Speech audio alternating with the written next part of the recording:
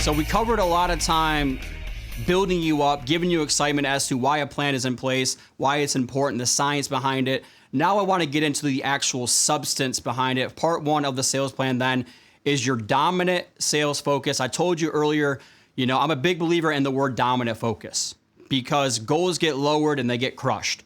And so to me, I wake up on point, on purpose every single day with my dominant focus. I'm a huge Stephen Covey fan. You probably could tell that by now. Begin with the end in mind and then work backwards for that picture. All right, so we can still set annualized goals, but then from there, how do we set quarterly and then monthly and then weekly, all the way down into a daily mindset for your amateur habits versus your professional habits, having that scoreboard. So a dominant sales focus is a tangible number that we can measure. It's not an intangible. It's not out there in obscurity land. It's a tangible number. We're either ahead or we're behind every single day. We want to help you set that tangible number on a micro basis.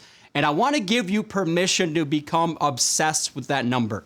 Talking about Stephen Covey, I'm also a Grant Cardone fan when it comes to being obsessed. So it's okay to be obsessed with your sales and in your business. And actually, you should be.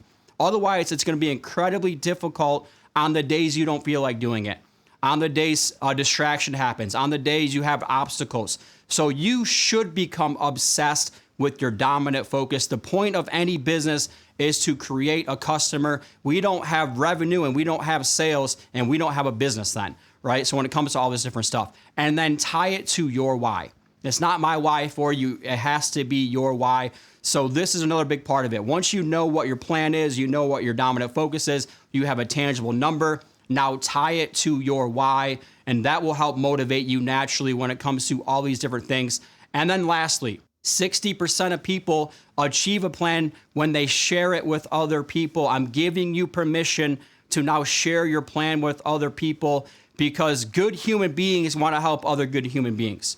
So when you have a strong support group, a tribe of people, you should share your plan. You should share your ideas. You should share why you want to go do it. And then they're going to help you hold yourself accountable to go out there and do that, and vice versa. Now it's a vested partnership. So that's the importance of having a dominant focus. And just getting into why a dominant focus, all right, is I want to help you set non-negotiables when it comes to your dominant focus. So again, this needs to be a tangible number. This is a dream number.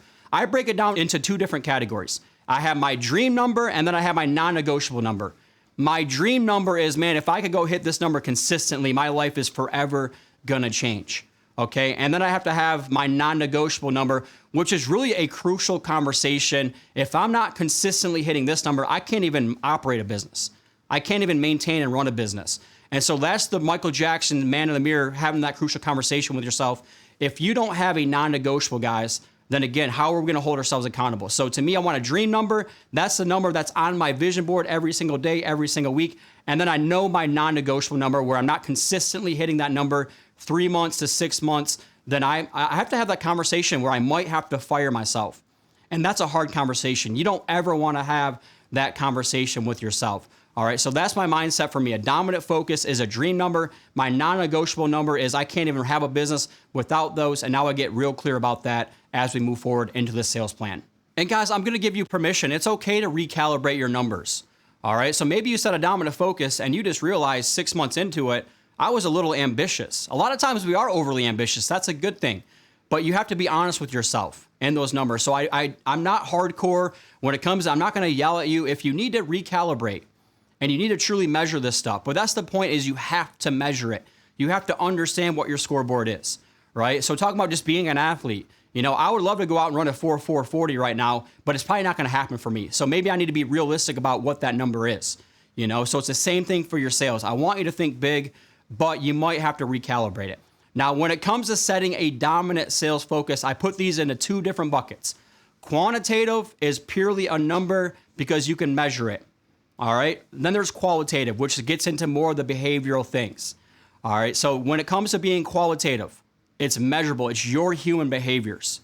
So when you wake up every single day, you can be honest with your own self, how you feel. Do you have energy? Do you lack confidence? Those are things that you should just understand qualitatively, behaviorally.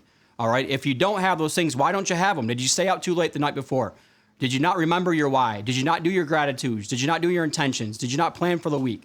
Right? All that kind of stuff. Those are all qualitative. Those are all behaviors and habits when it comes to that. Your dominant focus should be your quantitative. That's a set number.